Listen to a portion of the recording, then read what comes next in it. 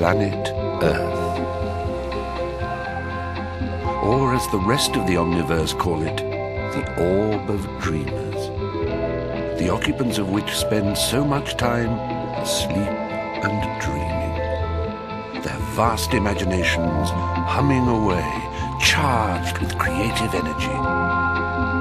Where does it all go?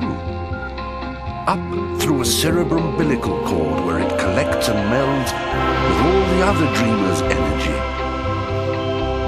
And something wonderful happens.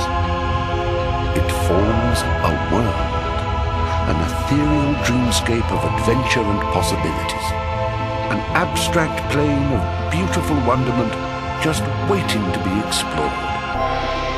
And you can go there now. And so begins the game Little Big Planet. Little Big Planet is a puzzle platformer in which you are a sack person that can run, jump, and hold on to things.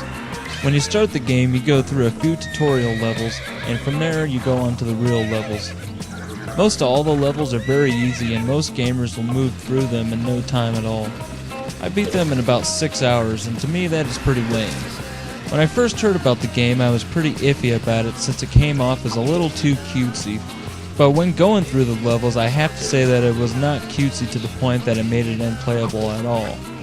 There's even a scene that will appeal to adults and kids will have no idea what is really up, where you have to go into what appears to be a strip club to drag a character out of a VIP room. One of the main things that you're doing in the levels is collecting items, and all the items go into a menu that you can access by pressing circle. They call this menu a pop-it. The items are various outfits and things to accessorize your sack person with, as well as things for the level creation portion of the game, and stickers which can be used to decorate various things. There are different types of stickers. Some have text, some have various designs, and some you can use with the PSI. Some items require 2 or 4 people to get. Some of the 2-person items are easy to the point that you can just use 2 controllers at the same time to get. Others will have to have 2 people.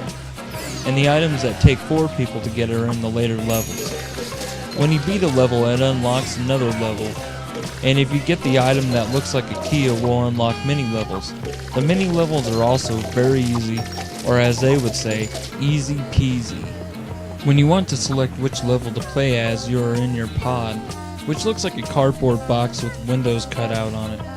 And you can decorate your pod with your stickers to make it more to your liking. Another feature of the game is the online mode, which from what little I got to play of it was pretty awesome. And I had more fun with that than the story mode. But the servers have been down, so I wasn't able to capture any footage of the online. And I think the servers being down is total fail, knowing that they had plenty of time to get them up and running, since the game was delayed over 2 lines in the song that they chose and should have researched the lyrics in the song before they even included it in the game. Another feature the game has is the level creator. And since this footage was recorded, I played around with it more, and it is something you really should take time with instead of pumping out crap. Some people have made levels that are just to help you get the trophies, and I think that is kind of fail. Because if I get a trophy, I would like to earn it. And from what I have experienced so far, most of the trophies have been really easy to get as it is. As far as rating the game goes, I can tell you right now, this is not a 9.5 like IGN is saying. While the game is awesome in the sense that it's something different, it is also way too short. I will not spoil the ending for you, but I can assure you that it is one of the worst endings I have ever seen in a game, and I was not happy with it whatsoever.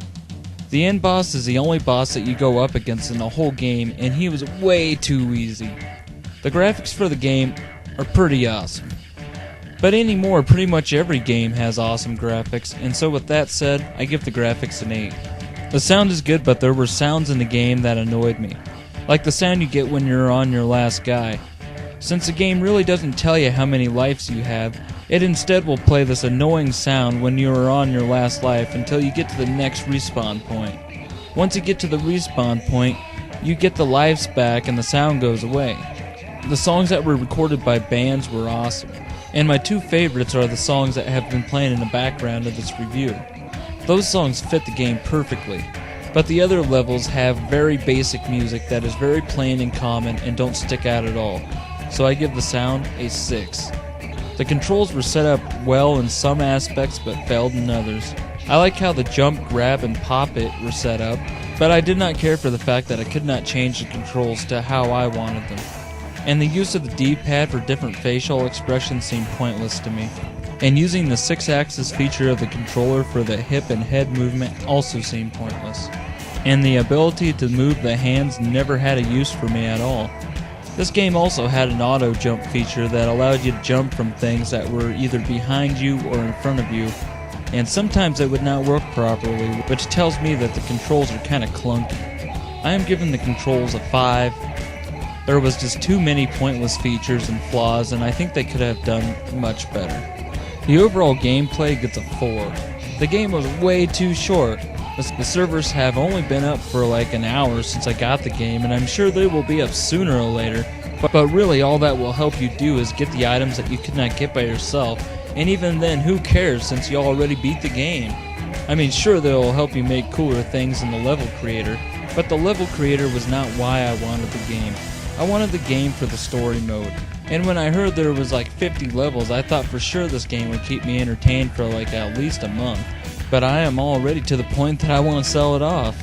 So from the average of the categories, the rating comes to 5.75, which I will bump up to 6. I have to admit that it was a breath of fresh air to see a platformer on the PS3. I think this game is a solid rent since most gamers will plow right through the game in no time, and I can see spending $7 or so for that. But really, I don't suggest anybody buys it for the price that I paid for it. I paid $64 and I would have rather used that money towards Resistance 2 or something else.